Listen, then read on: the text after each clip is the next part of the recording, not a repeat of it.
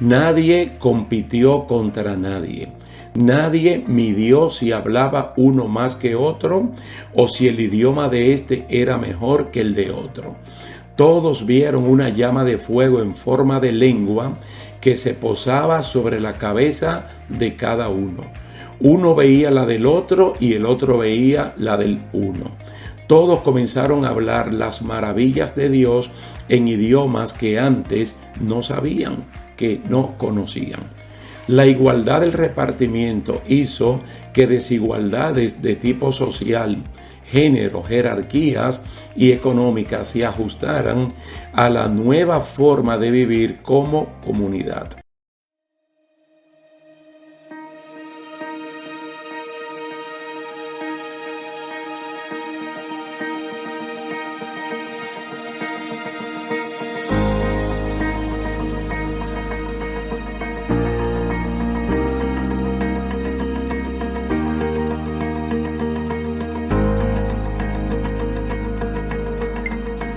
Saludos y bendiciones, queridos hermanos. Gracias por estar ahí. Gracias le damos al Señor por esta linda oportunidad que nos brinda de continuar hacia adelante en esta serie de estudios bíblicos, la Iglesia del Nuevo Testamento. Hoy vamos a ver la parte que tiene que ver con Hechos, capítulo 4, versículo 23 al 31. La Iglesia no se detiene y avanza. La iglesia no se detiene y avanza.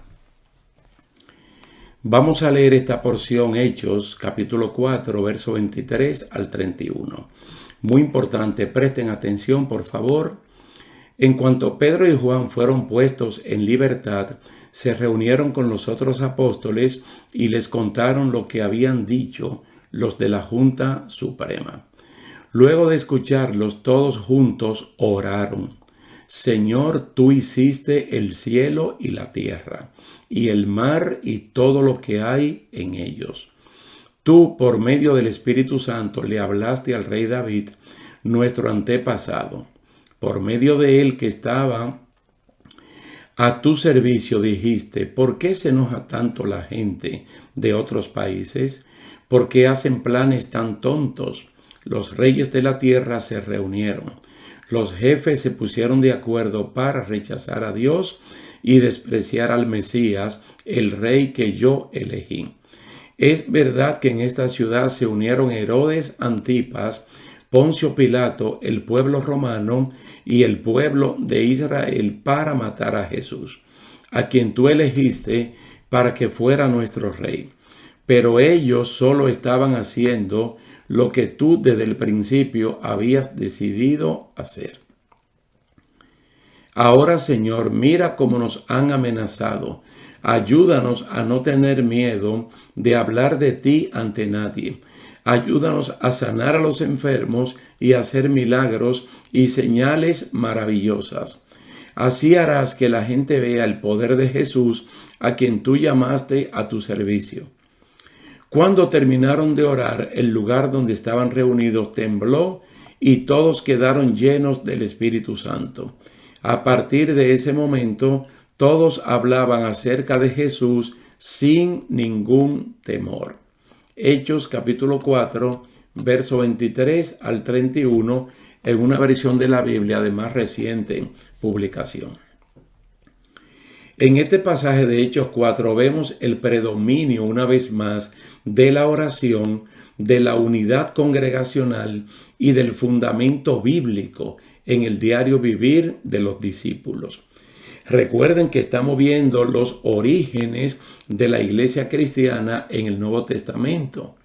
Y de ahí podemos partir para darnos cuenta si nosotros estamos dentro de esos lineamientos o de alguna manera nos hemos alejado.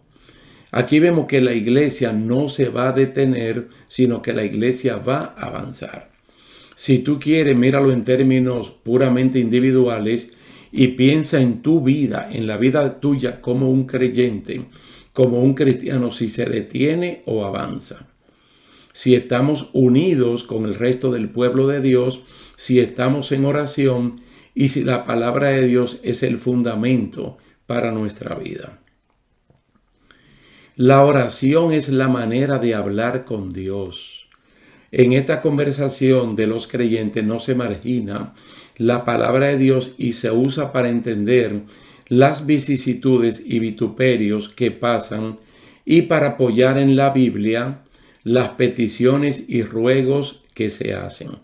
Hay que ver muy bien la estructura de estos versículos de Hechos capítulo 4, versículo 23 al 31. Ellos están citando a David como punto de partida profético de algo que están viviendo en su tiempo.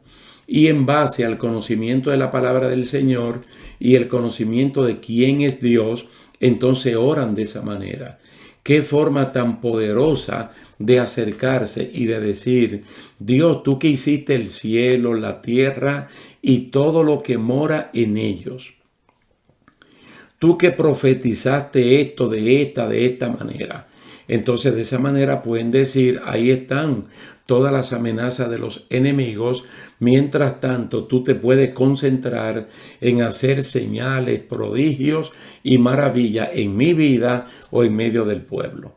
Veamos que Pedro y Juan habían estado presos y que fueron maltratados y humillados solamente por causa del nombre del Señor Jesucristo. Y al entender la palabra de Dios, ellos quedan satisfechos de haber sufrido por su fe y reconocen las amenazas del enemigo y las colocan en las manos del Señor para no detenerse en esa parte y avanzar en el trabajo que Dios les ha encomendado. Es como decirle a Dios: mira, ahí está el enemigo, está en tus manos, ahí están las amenazas, eso está en tus manos, pero Dios, no te detengas en hacer obras de poder, de milagro a tu pueblo, para que nosotros avancemos en la predicación del evangelio a toda criatura. Ellos pudieron haber ido donde amigos, donde familiares, o pudieron haber ido incluso a la policía y presentar una denuncia, porque ellos estaban siendo injustamente castigados sin haber cometido ningún delito. Pero ellos fueron a los suyos, ellos fueron a los creyentes. Ellos no reaccionaron en la carne para devolver con la misma moneda. Mira, dice que estos creyentes, Pedro y Juan, fueron a los suyos. Los suyos son las personas comprometidas con la iglesia y que están disponibles para amar, para servir, para bendecir. Ellos apoyaron con sus oraciones solidarias a Pedro y a Juan, que habían sido castigados injustamente. Ve qué interesante cuando uno tiene una comunidad de creyente empoderada por el Espíritu Santo, que uno puede ir donde ellos, en vez de ir donde inconversos, aun sean nuestros familiares, a presentar nuestros problemas. Ellos fueron a la iglesia. Esto se parece a la ocasión en la cual el gobernador Nehemías estaba ocupado en la reconstrucción del muro de Jerusalén. Y personas usadas por el mismo diablo enviaron a decirle a Nehemías: ven, reunámonos en alguna de las aldeas en el campo de Ono. Mas ellos habían pensado hacerle daño a Nehemías. Nehemías, ¿qué le contestó?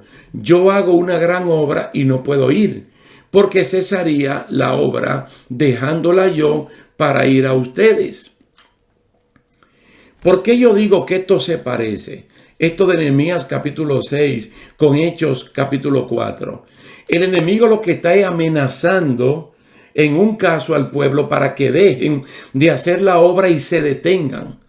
Aquella persona maliciosamente le mandaron a decir a Nehemías: ven para que nos reunamos en el campo de Ono. ¿Para qué? Para detener la obra, para que la obra de Dios no avance. ¿Qué hace el enemigo de la justicia? Que presenta alguna amenaza, algún problema para que el cristiano se detenga, para que no avance. Ahora, ¿qué es lo que tiene que hacer el cristiano? Lo mismo que hizo Nehemías, lo que hizo Pedro, lo que hizo Juan, lo que hizo la primera comunidad. Señor, mira sus amenazas. Eso lo ponemos en tus manos. Yo no voy a detener ni mi crecimiento espiritual, ni el avance de la obra de Dios. Porque ese es el plan del enemigo. Entonces notemos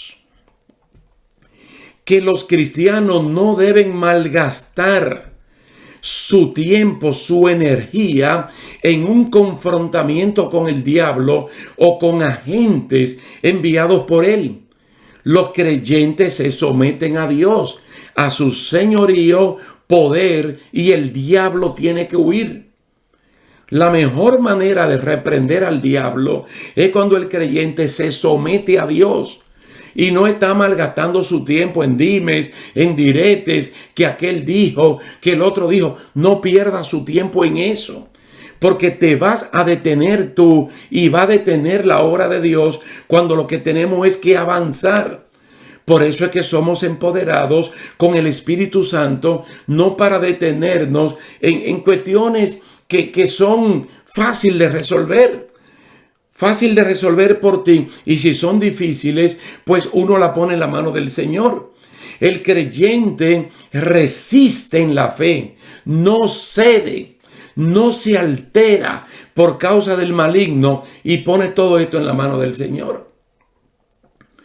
Miren, esta comunidad de creyentes sabía que Dios tenía todo el poder necesario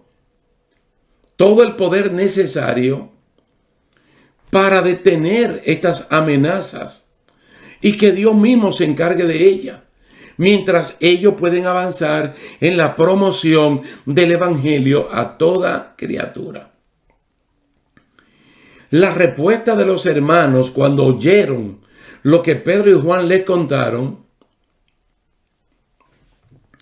fue una contundente oración. Una oración de gracia y amparo, y la hicieron al unísono. Ellos levantaron sus voces. No fue que tú oras primero y yo oro después, sino que todos comenzaron a orar. Pero fue una oración llena de conocimiento bíblico, de quién es Dios, de qué Dios es capaz como creador. Ellos pusieron en las manos del Señor, pero no de cualquier Señor, sino del soberano, del creador, todas las amenazas del enemigo para no detenerse ni tampoco estancarse, sino para avanzar en la predicación del evangelio a toda criatura, como venimos reiterando. Usted sabe lo elegante de esta manera de orar. Señor, nosotros conocemos las amenazas. Nosotros sabemos que el diablo está disgustado. Nosotros sabemos que el diablo tiene agentes para molestarnos, para instigarnos, para incluso físicamente castigarnos. Pero ¿qué es lo que nosotros vamos a hacer? Poner estas cosas en tus manos. Mira sus amenazas. Mira sus acciones. Pero sigue haciendo señales, prodigios, maravilla en nuestras vidas. Vamos a ver aquí el paralelo que hay entre este Hechos capítulo 4, una vez más con Nehemías, pero no el capítulo 6 de Nehemías, sino el capítulo 4. El parecido que hay entre aquellos creyentes con Nehemías a la cabeza y los creyentes del capítulo 4 del libro de los Hechos. Y de ahí podemos deducir si usted y yo tenemos la misma característica. Vamos a leer a Nehemías capítulo 4, verso 4. Escuchen bien esta oración. Oye, Dios nuestro, cómo somos objetos de su desprecio. Haz que su ofensa caiga sobre su cabeza y entrégalos por despojo en la tierra de su cautiverio. Esta es la respuesta en oración que dan Nehemías y su pueblo ante las amenazas y burlas de los enemigos de la obra de Dios. Ellos no se detienen. Ellos confían en Dios, el cual tiene poder para recibir nuestras ansiedades y temores y convertirlos en fortaleza.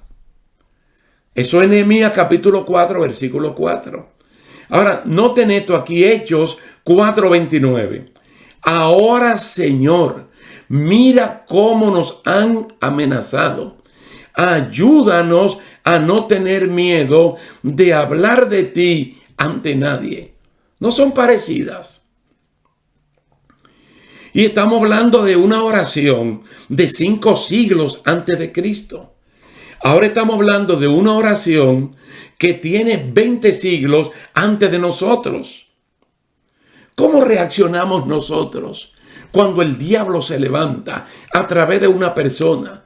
Que puede ser un familiar, un hermano en la fe, un compañero de trabajo, quien sea.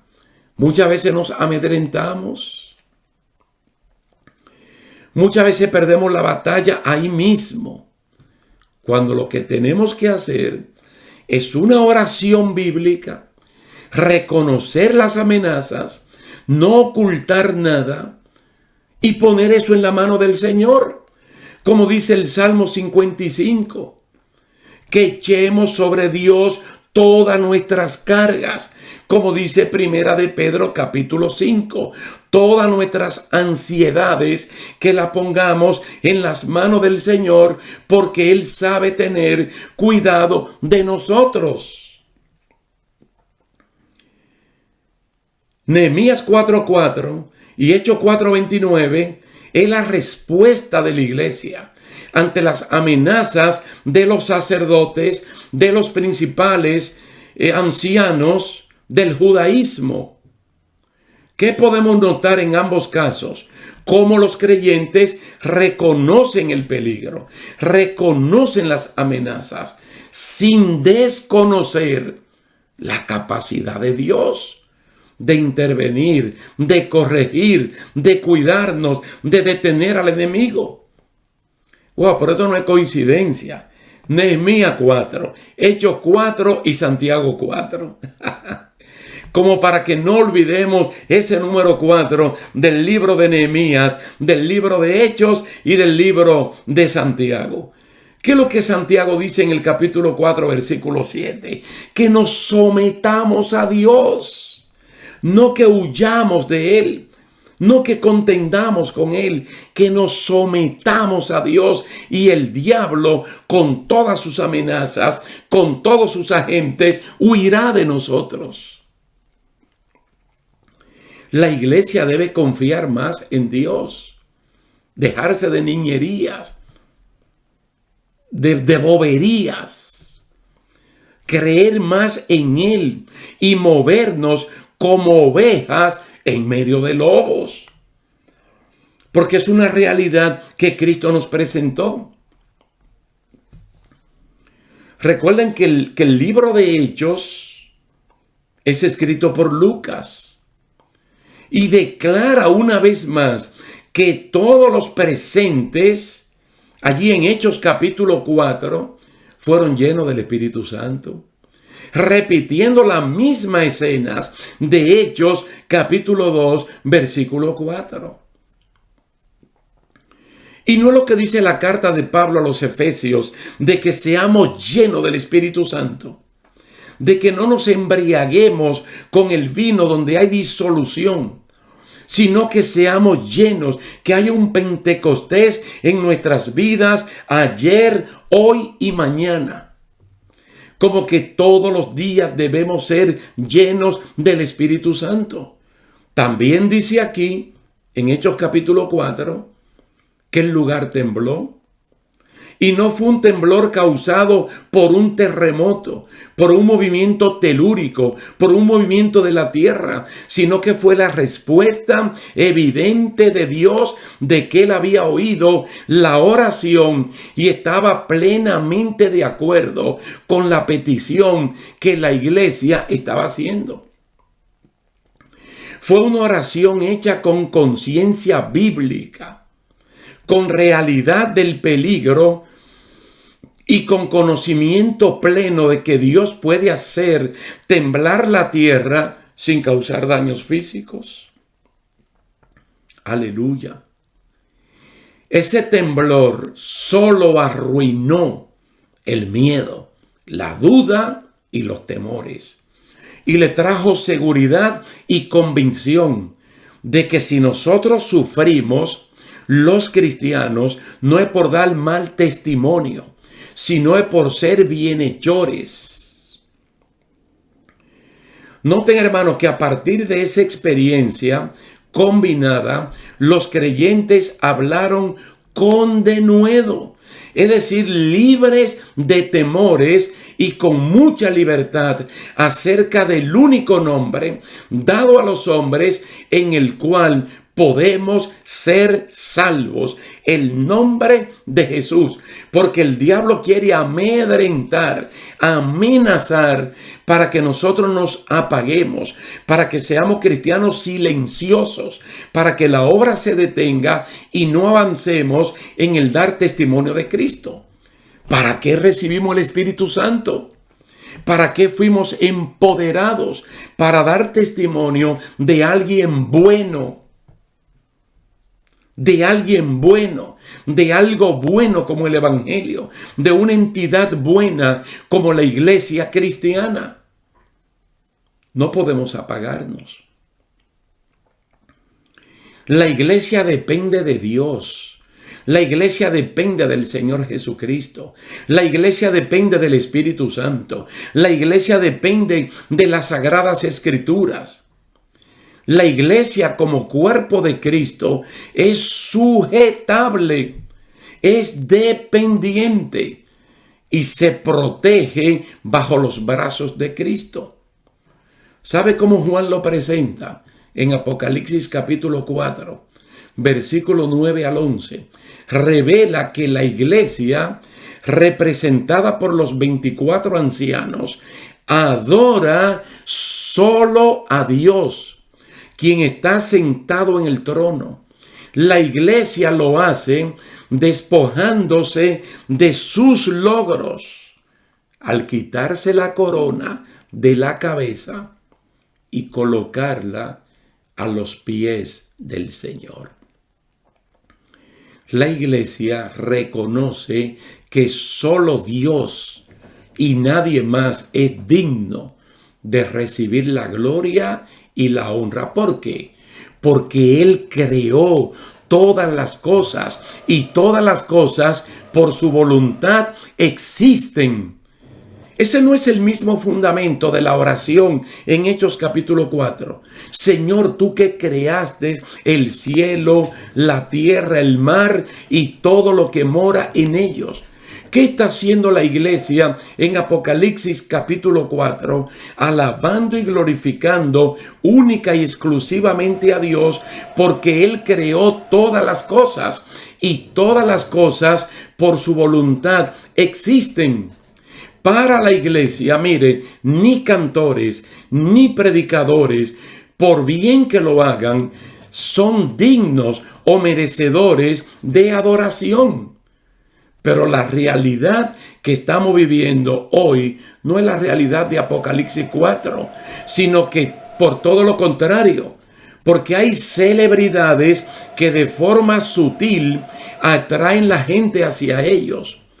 Este fenómeno se da en grupos donde la gente cree que dioses semejantes a hombres han descendido a ellos.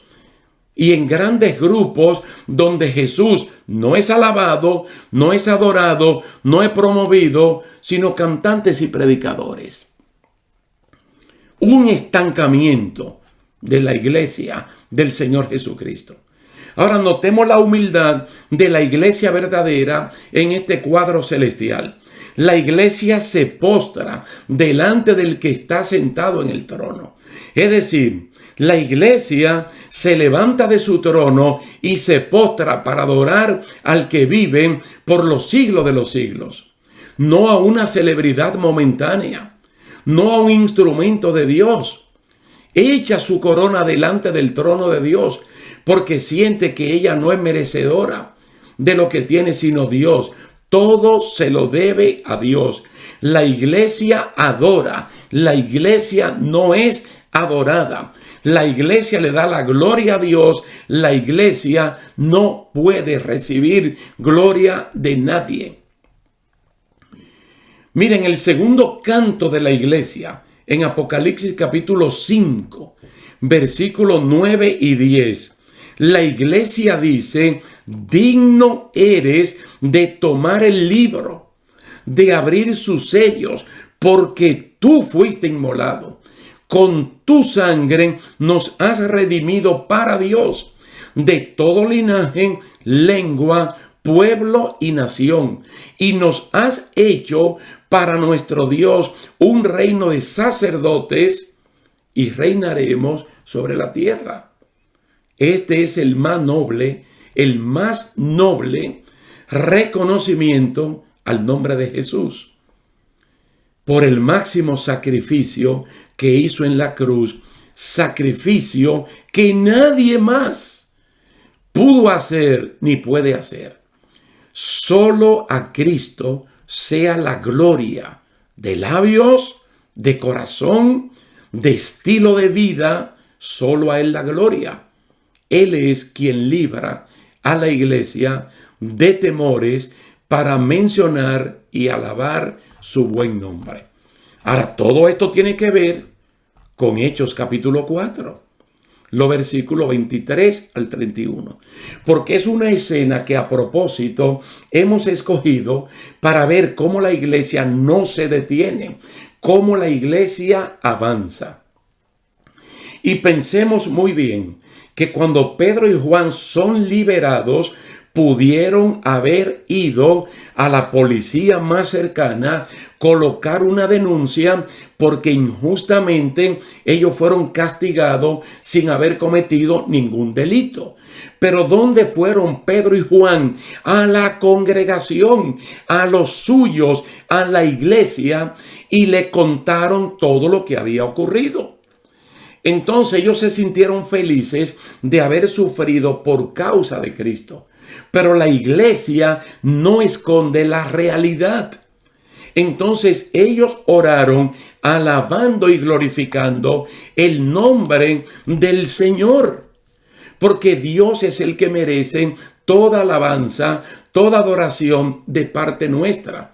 Entonces nosotros tenemos que aprender a orar de manera bíblica, porque esto fortalece la petición que estamos haciendo en el conocimiento de la capacidad que tiene Dios para oír y para contestar nuestras oraciones. Por eso usted ve que el lugar tembló como evidencia física de que Dios no solamente había escuchado el clamor de su pueblo, sino que estaba 100% de acuerdo. Ahora, ¿qué hace el pueblo allí? Alaba y glorifica el nombre del Señor. No se detiene, sino que avanza. Y es el mensaje para usted y para mí en este día.